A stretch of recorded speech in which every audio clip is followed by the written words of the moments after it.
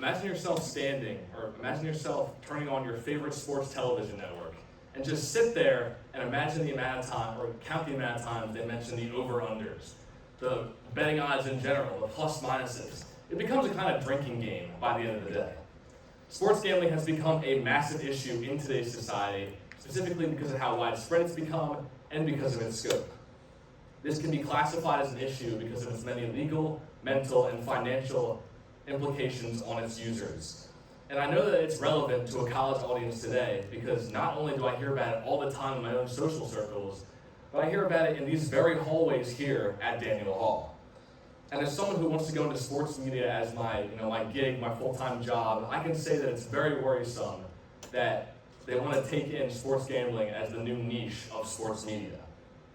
In my speech to you all, I'm going to touch on the problems of sports gambling itself, how it's essentially rigged and targets a youth audience, the causes of sports gambling becoming so widespread, and that being through normalized advertisement, and the different solutions that could actually deter these networks from promoting sports gambling furthermore into the future.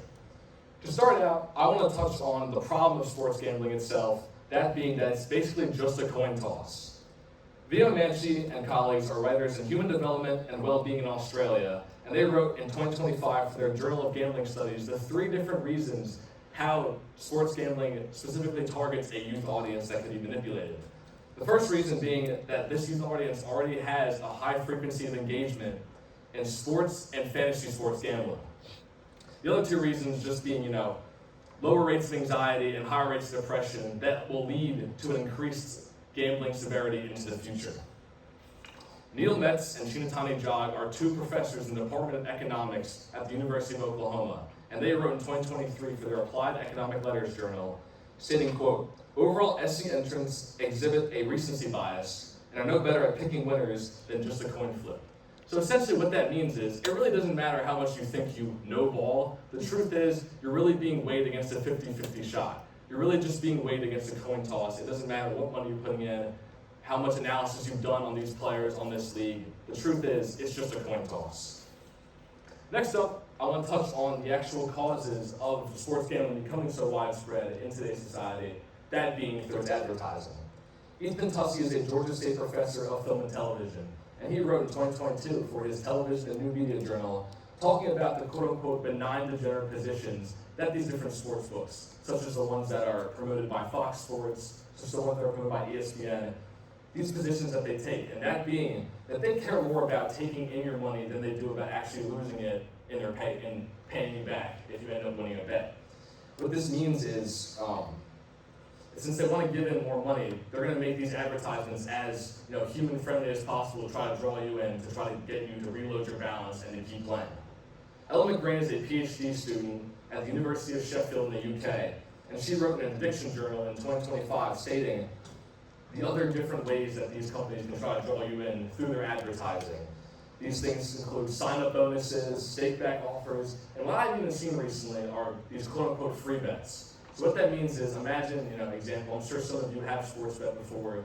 Imagine betting on the NBA. So these companies will promote this one-time promotion where it's over under 0.5 points. Seems like a stupid bet, right? And they're going to promote these players like Nikola Jokic, Stephen Curry, LeBron James, these guys that you take the over, they're always going to score a point.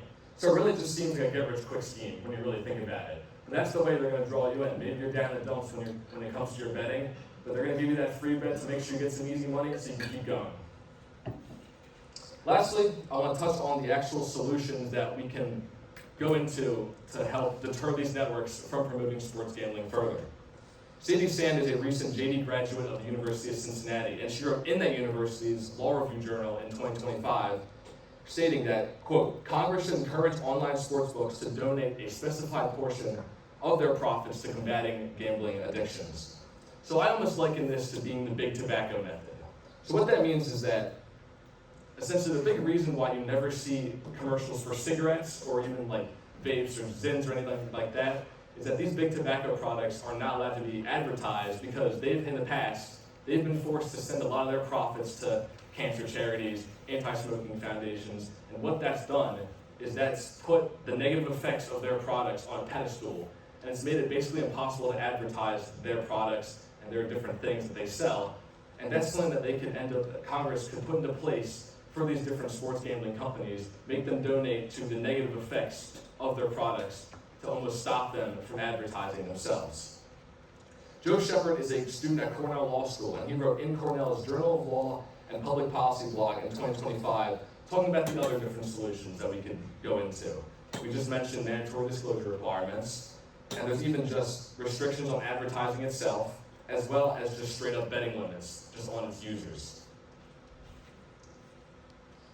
In my speech to you all tonight, I've touched on how sports gambling is essentially rigged and just a coin toss, the causes of sports gambling becoming so widespread through normalized advertising, and the different solutions that we could go into to deter networks from promoting sports gambling further. All in all, sports gambling has become a massive issue in today's society, specifically because of its scope and how widespread it's become. And while all these solutions that we just mentioned seem like they have to come from Congress, seems like they have to come from organizations, but we can all take the step to create this effort to create these solutions from happening. After all of our speeches tonight, all of our great speeches tonight, I encourage all of you to pick up your phone and dial a local representative.